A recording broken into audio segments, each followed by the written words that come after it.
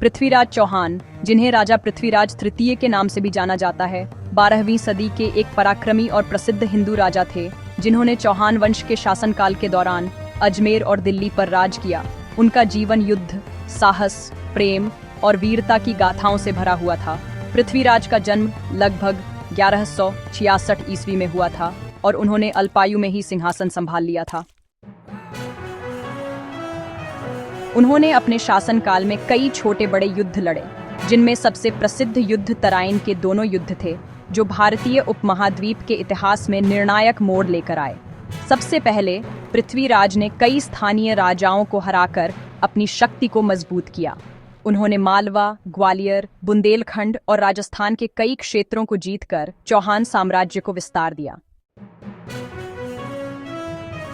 गढ़वालों, परमाणुओं और चालुक्यों के साथ भी उनके संबंध कभी मैत्रीपूर्ण रहे तो कभी संघर्षपूर्ण।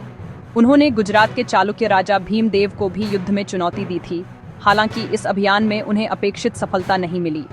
इसी तरह उनके जीवन में एक अत्यंत प्रसिद्ध प्रसंग आता है रणथंभौर के किला युद्ध का, जहां उन्होंने अपने चचेरे भाइयों और अन्य राजाओं के विद्रोहों का भी दृढ़ता से सामना किया।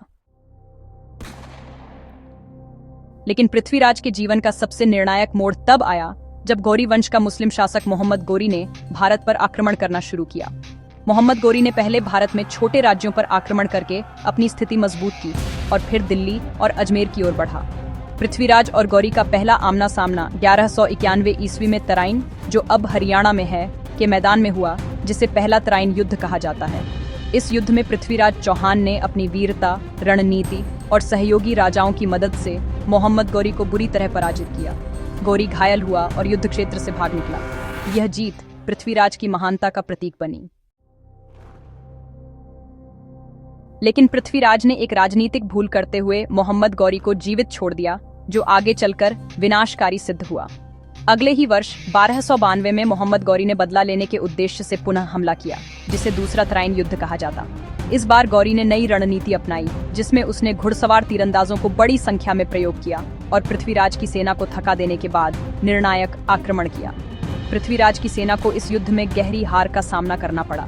पृथ्वीराज को बंदी बना लिया गया और उसे गजनी ले जाया गया। कुछ इतिहासकारों के अनुसार वहीं उसकी आंखें फोड़ दी गईं और बाद में चंदबरदाई, जो पृथ्वीराज के दरबारी कवि और मित्र थे, ने एक योजना बनाकर पृथ्वीराज को तीरंदाजी सिखाई और एक मंच पर बुलाए गए मोहम्मद गोरी को लक्ष्य बनाकर तीर चलवाया, जिससे गोरी मारा गया। युद्धों के संदर्भ में देखा जाए तो पृथ्वीराज का जीवन एक निरंतर संघर्ष की गाथा है, जिसमें उन्होंने विभिन्न हिंदू राजाओं के साथ संधियां की, कई युद्ध लड़े, परंतु मुस्लिम आक्रमणकारियों के खिलाफ संघर्ष में अंततः शहीद हो गए। पृथ्वीराज के युद्धों ने भारत में एक युग के अंत और इस्लामिक सल्तनत की शुरुआत का मार्ग प्रशस्त किया। उनका युद्ध कौशल, वीरता और नेतृत्व आज भी भारतीय इतिहास में गौरव के साथ स्मरण किया जाता है। पृथ्वीराज ने अपने शासनकाल में युद्धों को केवल शक्ति प्रदर्शन के लिए नहीं, बल्कि धर्म, संस्कृति और देश की रक्षा के लिए लड़ा। उन्होंने युद्ध नीति में घुड़सवार सेना, पैदल सैनिकों और हाथी दलों का अद्भुत समन्वय किया था। उनके सहयोगी राजाओं में जयचंद गढ़वाल का नाम आता है, जो उनके खिलाफ मोहम्मद गोरी के साथ संधि करने के लिए कुख्यात रहा। कहा जाता है कि पृथ्वीराज और जयचंद के बीच राजनैतिक और पारिवारिक संघर्ष भी हुआ, जिससे भारत की एकता कमजोर हुई और गौरी जैसे आक्रमणकारियों को अवसर मिला। पृथ्वीराज ने कुल मिलाकर 15 से अधिक युद्ध लड़े, जिनमें 10 उन्होंने विजय प्राप्त की। उनके युद्ध केवल शौर्य के प्रतीक नहीं थे, बल्कि उनमें भारत की संस्कृति, अस्मिता और हिंदू शक्ति की रक्षा का भाव निहित था।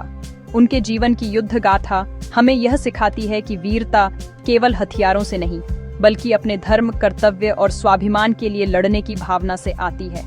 पृथ्वीराज का युद्धों से भरा जीवन हमें आज भी प्रेरणा देता है कि अंतिम क्षण तक संघर्ष करना ही सच्चे वीर की पहचान है। चाहे वह रणभूमि हो या बंदीगृह, पृथ्वीराज ने कभी हार नहीं मानी। उनका जीवन और युद्ध आज भी भारत के इतिहास में अमर हैं।